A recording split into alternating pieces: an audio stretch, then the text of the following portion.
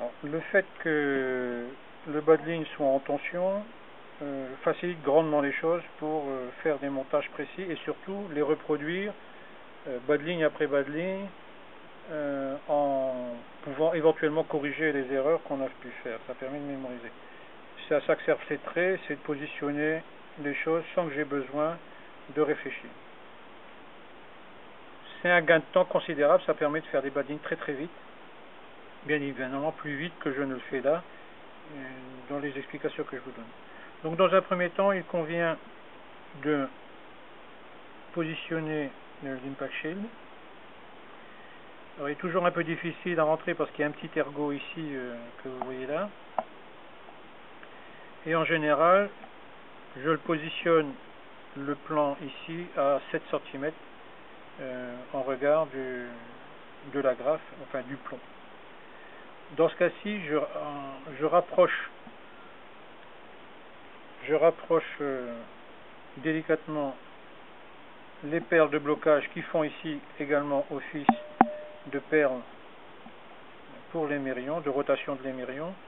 Et ici, en utilisant les trous de la pince à sleeve, je pince fermement, sans exagérer, 2 fois sur le sleeve, de façon à être sûr que le sleeve ne bouge plus du tout. Par contre, en situation de pêche, alors que le sleeve, que l'impact shield aura éjecté les hameçons, les tractions qu'on va pouvoir faire vont libérer l'émerion qui ne va donc pas être dans une situation bloquée. Et même s'il est comme ça, de toute façon, comme vous le voyez, il tourne compte tenu des jeux en question. Maintenant, on va passer aux phases délicates, qui sont celles qui concernent les sleeves coulissant dur. Si celui-ci est complètement bloqué, il n'en va pas de même des deux autres.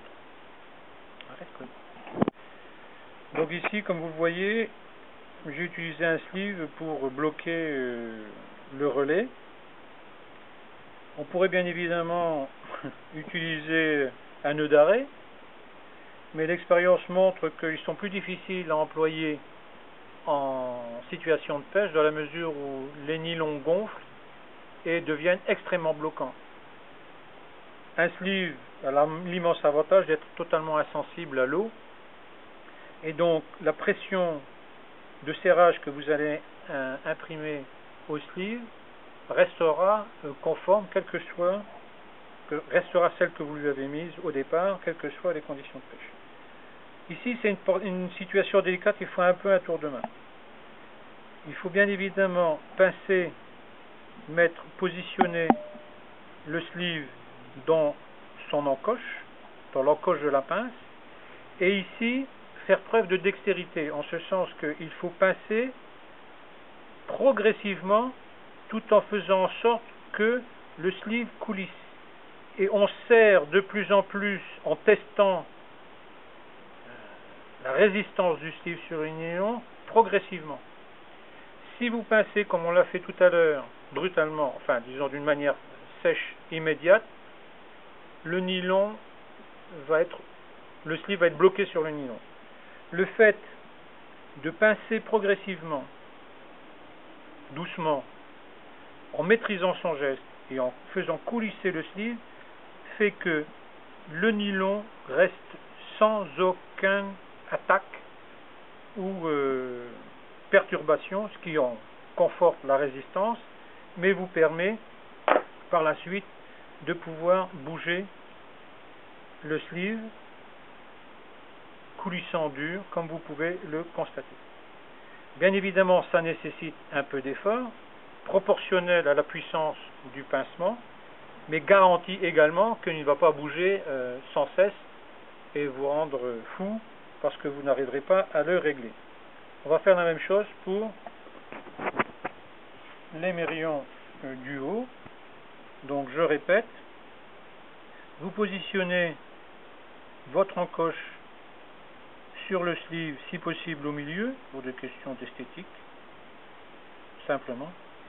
Et en pressant doucement, tout en poussant avec votre autre main, progressivement, vous serrez en rapprochant l'émerion de l'endroit où vous souhaitez le positionner. Ici, c'est la ligne des 1,24 m. Ne me demandez pas pourquoi, c'est un peu compliqué. Ça, c'est des recherches personnelles que je mène. Vous remarquerez que je n'ai pas mis de sleeve sur la partie supérieure pour profiter, lorsque le l'hameçon va se décrocher, du retrait de l'émerion vers le haut, et donc être sûr que les deux hameçons ne vont pas se mêler l'un dans l'autre. On n'est jamais sûr de rien, je vous le concède, mais en général, avec des nylons de 9 kg en amnésia, vous résisterez aux tourbillons et contre-courants de fond sur les ouvrages portuaires.